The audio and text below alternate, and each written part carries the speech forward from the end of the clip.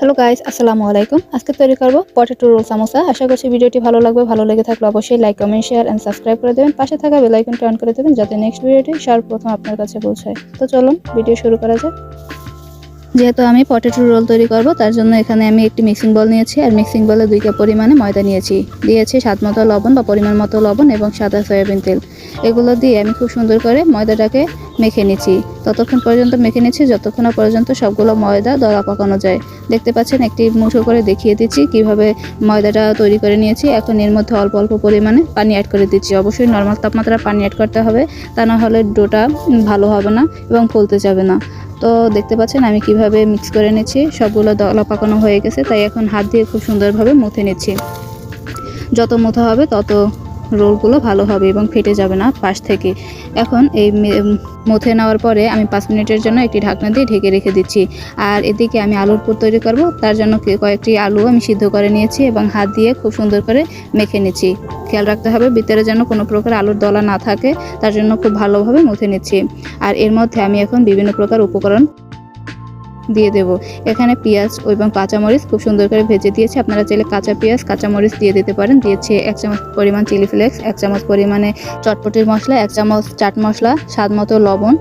এখন এই উপকরণ দিয়ে খুব সুন্দরভাবে মিক্স করে নিচ্ছি আলুর পুর যত সুস্বাদু হবে আলুর রোল বা পটেটো রোলটা খেতে অত্যন্ত সুস্বাদু হবে। তাই আমি কিছুক্ষণ যাবত মেখে নিচ্ছি। আর একটা কথা বলে রাখি, যেহেতু আমি গ্রামে থাকি তাই আমার ভয়েস ব্যতীত অন্যান্য নয়েজগুলো প্লিজ অ্যাভয়েড করবেন।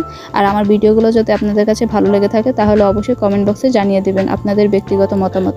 তো চলে আসছে আবারও তৈরি করে রাখা ডোয়ের কাছে। ডো থেকে আমি 3টি লিচি কেটে নিয়েছি এবং তা থেকে একটি লিচি এবং একটি বোর্ডের সাহায্যে বোর্ডের উপরে আমি সামান্য পরিমাণে ময়দা ছিটিয়ে দিয়ে এটিকে বেলে নেব। রুটি তৈরি করব।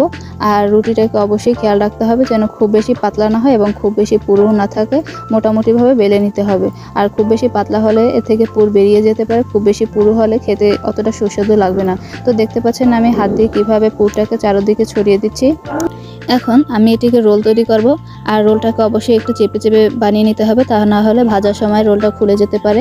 আর দেখতে পাচ্ছেন 2 হাতের মাধ্যমে কিভাবে রোল তৈরি করে নিয়েছি। আর রোলটাকে আমি খুব সুন্দর করে লাগিয়ে দেব। এর জন্য হালকা একটু পানি লাগিয়ে দিচ্ছি এবং আঙুল দিয়ে খুব ভালোভাবে চেপে চেপে দিচ্ছি।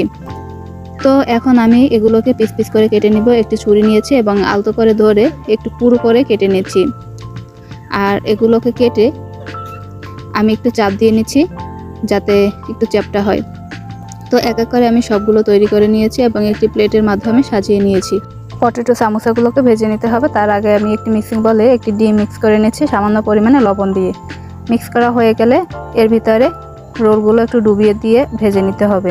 কিছুক্ষণ পর্যন্ত আমি এগুলোকে ফেটিয়ে নিয়েছি। আর এদিকে চুলায় একটি কড়াই বসিয়ে দিয়েছি পরিমাণ মতো তেল দিয়ে।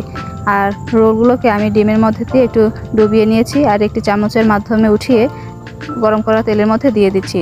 অবশ্যই খেয়াল রাখবেন তেলটা যেন অতিরিক্ত গরম না হয়ে যায় আর খুব বেশি ঠান্ডা না থাকে। আমি একে একে করে সবগুলো চামচের রোল দিয়ে দিয়েছি। আর হ্যাঁ, এই রোলগুলোকে আপনি চামচের রোলও বলতে পারেন বা পটেটো রোল যে নামে বলেন, কোনো সমস্যা নেই।